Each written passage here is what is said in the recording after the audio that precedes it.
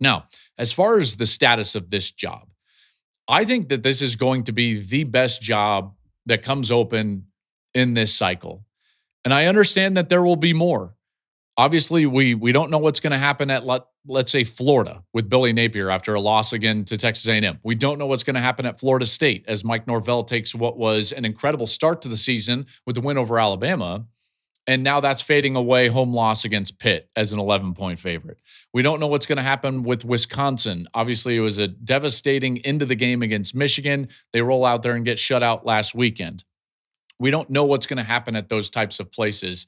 And yet, I don't care if those jobs open. To me, Penn State is the apple of the cycle. This is going to be the best job. And the reason is that the support is there. The athletic director is fantastic. They're just putting in, 9 figures plus into that stadium, which is already one of the best environments in college football. You have a history of success. You have a legacy. You have a tradition. You have all of these things there at your disposal. It is a place, and Ohio State is proving this out. Notre Dame just proved this playing for a national championship. Michigan just proved this winning a national championship. You can win a national championship up there. This is a conference that is playing the best football at the top. It might not be as deep as the SEC is with all those teams in the middle of the SEC, but at the top, it is the premium conference in college football. The money is there from the revenue distribution. Everything is there to win a championship. So this is, right now, the best job available. And it probably will be, regardless of what happens at those other locations. So then the challenge is, who do you hire? Because you got to take a big swing. If you're Pat Kraft, you've got to get the right guy in here. This is a pivotal moment for Penn State. Everybody knows that. Everybody knows that. And we've seen programs that have tradition, that have some momentum, have some history of success, and they go one of two directions. What you want to do is you want to go the Georgia route, where you're a premium product, which Penn State has been. They were just in the national semifinal. You are a premium product. And yet, there has been this ceiling, this cap on where they've played over the last 10 years with James Franklin.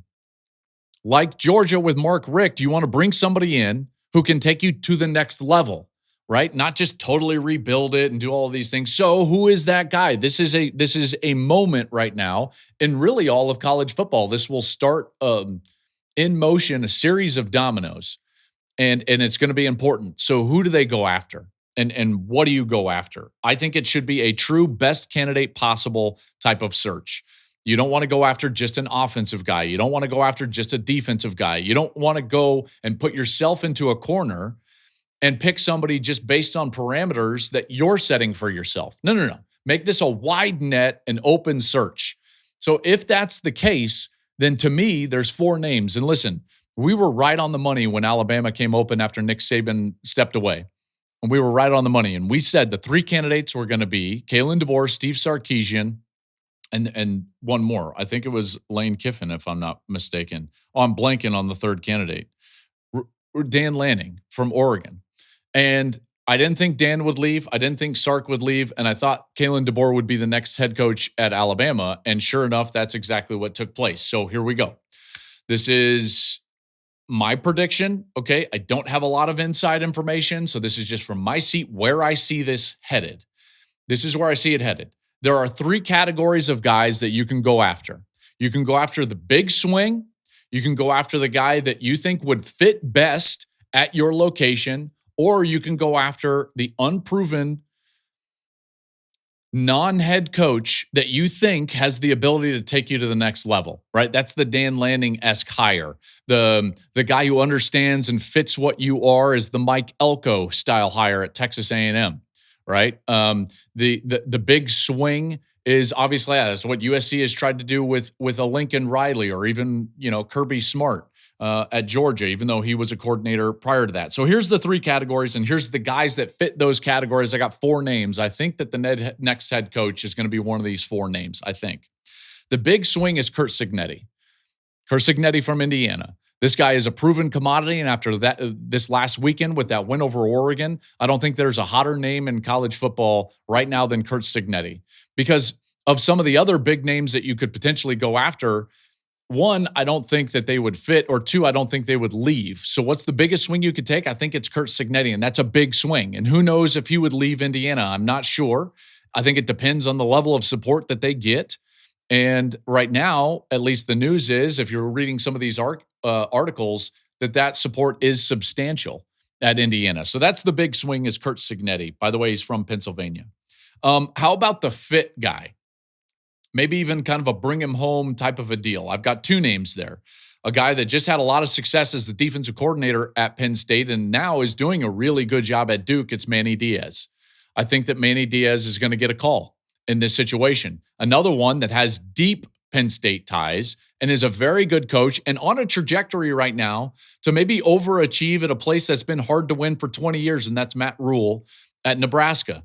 And obviously, there's a relationship there. Matt obviously knows and is, in a lot of ways, Penn State. So I think that's going to be a call.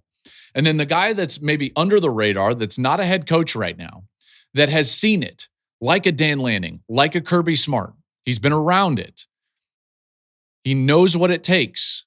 He just hasn't been a head coach yet, is Brian Hartline at Ohio State. And I know Buckeye fans are screaming right now for me bringing up that name.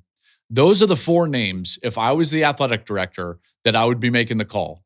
Now, here's what's difficult, though. In the playoff era and the way that Indiana is playing, I think you would assume that Indiana is not only going to be in the playoff, but maybe play deep into the playoff. There is a chance that Cignetti wouldn't even be available until January in this situation.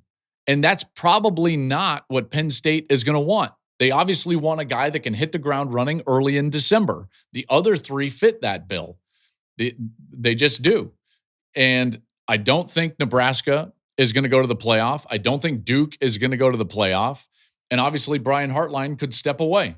So one of those three guys make a lot of sense to me, a lot of sense. And again, I think Brian Hartline is going to be an incredible head coach, and he will be a head coach at some point in his career. I don't know if it's right now. I don't know what level of job that he's going to ultimately get, but I do know one thing. This guy is the best recruiter at his position group over the last 10 years, and it's not close. And he's also the best developer of talent that we've seen, and he's seen it. He has been around it, just like Lanning and just like Kirby Smart. He knows exactly what it takes. They won a national championship last year. So those are the names that I would throw out. And again, I want to be very clear. This is not inside information. This is my speculation in this regard. It could be way off. It could be dead on. It was also speculation with Alabama when I talked about those three names, Lanning, Kalen DeBoer, and Steve Sarkisian, and it was right on the money. This is where I would go, and I believe that these are the calls that are going to be made. Thank you for watching the Joel Klatt Show YouTube channel. And if you liked this clip, make sure to like it and subscribe to the channel, and you can stay up to date on all of my college football coverage.